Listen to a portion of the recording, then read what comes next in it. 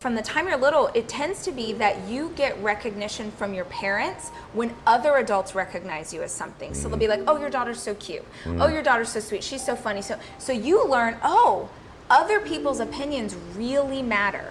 They live their life terrified of failure, terrified to try, terrified that they're getting it wrong because their mother-in-law will disapprove, or the girls that they went to high school with, they're gonna see me on Facebook and they're gonna watch me. It's crazy. It's crazy because those people that you're so terrified of their opinion of you, those people are not the ones who will live with the regret.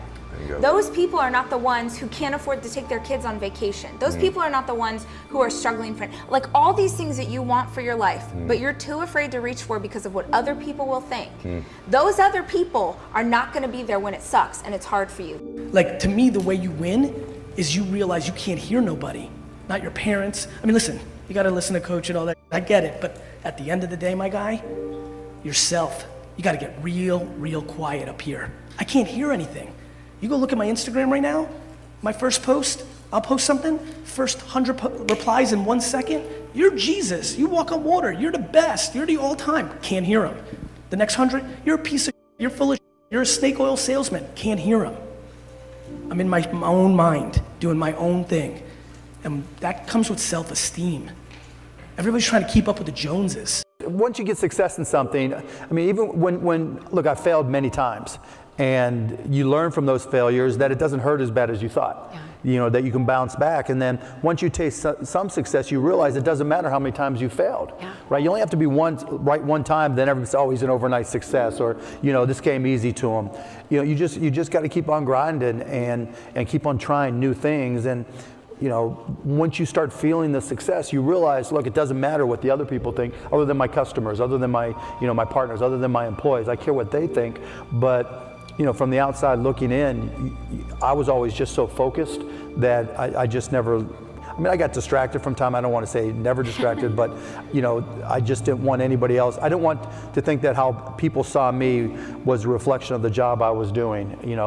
If my customers were happy, if my stakeholders were happy, I was happy. We spend so much of our lives waiting for permission from other people to do the things we want to do. And that permission is never coming. This isn't high school, where somebody is going to be hovering over us, trying to make sure that we get an A, trying to make sure that we expand ourselves and get what we're capable of. I remember the first week of university going into a big room where they had all the different societies signing people up. Football, basketball, drama, languages, you name it, they had every different type of interest represented. I would have loved to have done so many of those things, but I didn't.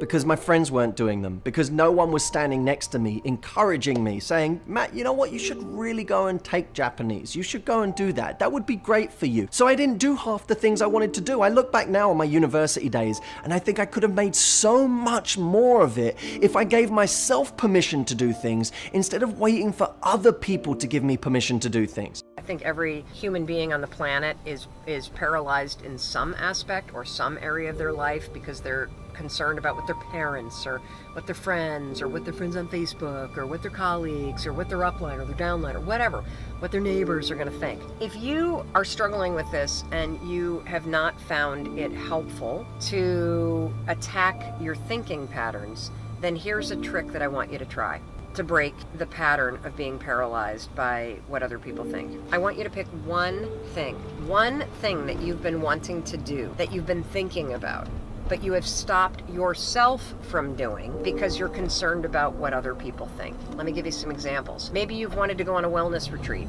but you think your spouse will roll their eyes at you, so you haven't done it. Maybe you have a particular Facebook post or a blog. So many of you want to start a business or start creating art, but you're terrified of putting yourself out there because of what other people will think. Today, we're going to break that pattern. What you're going to do is you're going to pick one thing you've been stopping yourself from doing, and you're going to do it. You're going to do it. And the reason why I want you to do this is because I know that if you're still paralyzed, you have not been able to change your thinking patterns yet. That's cool, no problem. We're going to try a different tactic. I want you to change this paralysis through action, because if you sign up for that class, if you go on that retreat, if you create your art, if you post that blog post, if you start that business, you will be proving to yourself through the actions that you're taking that you don't care what other people think. Try that today. Let me know, number one, what you've stopped yourself from doing, and number two, what you're committing to doing today. Because one way to break this is to attack the thoughts and change the thoughts and get into action first. The other way to do it is to recognize that you're paralyzed,